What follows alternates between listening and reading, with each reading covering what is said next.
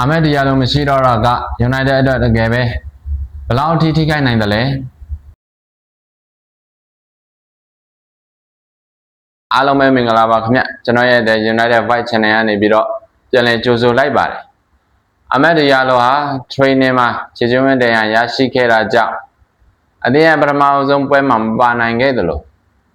နောက်ဆုံးထွက်ပေါ်လာတဲ့သတင်းတွေအရတော့6ဘက်လောက်အထိကိုအနားယူရနိုင်တယ်လို့သိရပါတယ်ဒါဟာ United တော်တော်လေးကိုဆိုရတဲ့သတင်းပါပဲ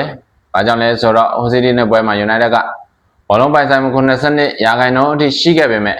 တိုက်စစ်ပိုင်းမှာအခွင့်အရေးတွေကိုထိထိရောက်ရောက်မဖန်တီးပေးနိုင်ခဲ့ပါဘူးဒီလိုအခြေအနေမှာအာမက်ရဲ့အရေးပါမှုကပိုပြီးတော့ထင်ရှားလာပါတယ်အာမက်ရဲ့အားသာချက်ကတောင်ပံမှာဘောလုံးရရင်ပျောက်ချင်းကြော်ပြတ်နိုင်ဖို့ထက်အသင်းဘော်တွေနဲ့ချိတ်ဆက်ကစားနိုင်ပြီးညာတောင်ပံကနေပြီးတော့အတွင်ဘက်ကိုဝင်ကစားကအခွင့်အရေးဖန်တီးပေးနိုင်တာနဲ့ဘောလုံးကိုပြန်လဲရယူဖို့ဖိအားပေးတာတွေမှာအရေးပါတဲ့သူပါဒါကြောင့်အာမက်မရှိတဲ့အချိန်မှာကာရီအတွက်ပြဿနာကသူ့နေရာမှာဘယ်သူကိုအစားထိုးမလဲဆိုတာထက်အာမက်ပေးနိုင်တဲ့ကစားပုံကိုဘယ်လိုပြန်ဖန်တီးယူမလဲဆိုတာကပို့ပြီးတော့အရေးကြီးပါတယ်။ပိုစီတဲ့နဲ့ပွဲစဉ်မှာတော့အမ်ဘူမိုကိုတောင်ပံကိုထွက်ပြီးကစားစေခဲ့တယ်လို့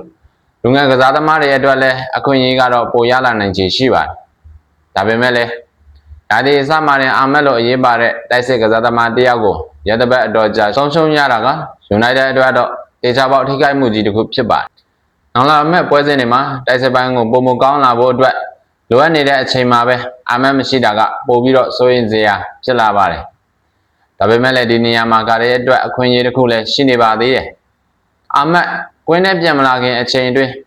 United တောင်ပံကစားပုံကိုဘယ်လိုပြောင်းလဲမလဲဆိုတာကအခုကတည်းကကာရီတယောက်အဖြေရှားတော့မှာပဲဖြစ်ပါတယ်။အာမက်ပြန်လာတဲ့အချိန်မှာတော့ United တိုက်စစ်ကဘယ်လိုပုံစံဖြစ်နေမလဲ။ဒါကတော့စောင့်ကြည့်ရမယ့်အချက်ပါ။နီကိုတို့ရောအာမက်မရှိတာက United အတွက်ကြီးမားတဲ့ထိခိုက်မှုလို့မြင်ကြလားဗျ။ဒါမှမဟုတ်အမ်ဘူမိုနဲ့တခြားတိုက်စစ်ကစားသမားတွေကအာမက်မရှိတဲ့နေရာကိုအစားထိုးပြီးကစားနိုင်မယ်လို့ထင်ကြလားဗျ။ကောမန့်မှာကိုယ့်ရဲ့အမြင်လေးတွေကိုဝင်ရောက်ဆွေးနွေးပေးတတ်ကြပါဦး။